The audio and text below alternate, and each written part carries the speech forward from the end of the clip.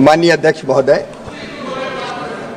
मैं फिर ये निवेदन करना चाहता हूं कि प्राकृतिक खेती की बात हो रही है और प्राकृतिक खेती के बारे में हमने पूरा अध्ययन करवाया है और वो अध्ययन किया है ICAR के माध्यम से। हमारे वैज्ञानिकों ने 16 राज्यों के 484 किसानों के खेतों पर 3 साल तक लगातार अध्ययन हुआ है और उससे ये निष्कर्ष निकला है कि प्राकृतिक खेती के फायदे बहुत है। जैविक कार्बन की जो मात्रा है उसमें 0.25% तक की वृद्धि होती है। उत्पाद की इनपुट कास्ट में 29% की कमी आती है। जो इंटरक्रॉपिंग और फसल अवशेष से मल्चिंग होती है उससे उपज में वृद्धि होती है और इसलिए माननीय अध्यक्ष महोदय, उसमें कोई किसान को परेशानी या घाटा होगा, मेरा फिर ये कहना है सुनिश्चित वैज्ञानिकों के तथ्यों के आधार पर जो अध्ययन किया है कि इससे उत्पादन भी नहीं घटेगा और लागत निश्चित तौर पर घटेगी। और इसलिए मैं माननीय विद्वान सदस्य को बताना चाहता हूं कि हम कोई अंधेरे में ये काम नहीं कर रहे, सोच समझ के कर रहे हैं।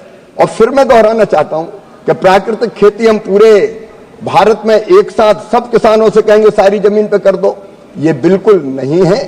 अभी केवल 18 लाख किसान लगभग 7.5 लाख हेक्टेयर में प्राकृतिक खेती इस मिशन के माध्यम से प्रारंभ करेंगे और उस खेती के जो परिणाम और निष्कर्ष आएंगे उसके आधार पर फिर हम आगे बढ़ने का काम करेंगे।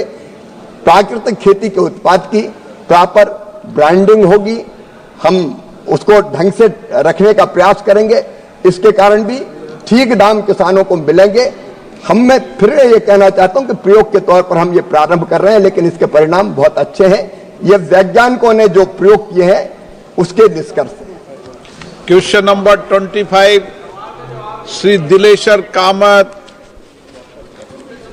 5 माननीय मंत्री जी।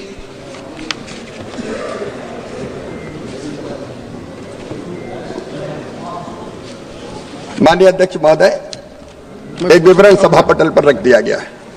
माननीय सदस्य। अध्यक्ष महोदय, सीमांत किसानों को राष्ट्रीय कृषि बाजार प्लेटफॉर्म में भाग लेने हेतु विस्तृत रूप से जानकारी देने के लिए माननीय मंत्री जी के प्रति आभार व्यक्त करता हूं।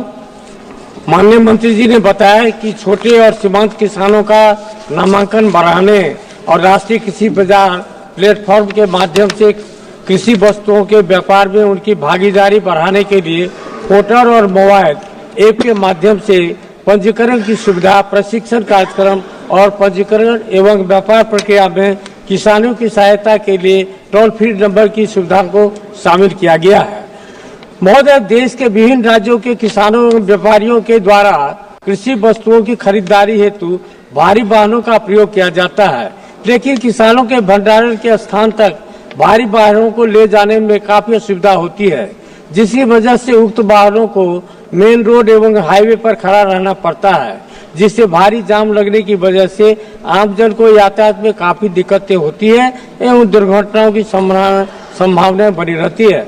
मैं माननीय मंत्री से जानना चाहता हूं कि बिहार के सीमावर्ती क्षेत्रों के किसानों को, विशेषकर सुपौल, मधेपुरा, मधुबनी, अररिया तथा सहरसा के किसानों को अंतर्राज्यीय व्यापार का बढ़ावा देने के लिए लॉजिस्टिक यानी ट्रांसपोर्ट की सुविधाएं किस प्रकार से मुहैया कराई जा रही है तथा माल ढुलाई से संबंधित चुनौतियों का समाधान कैसे किया जा रहा है।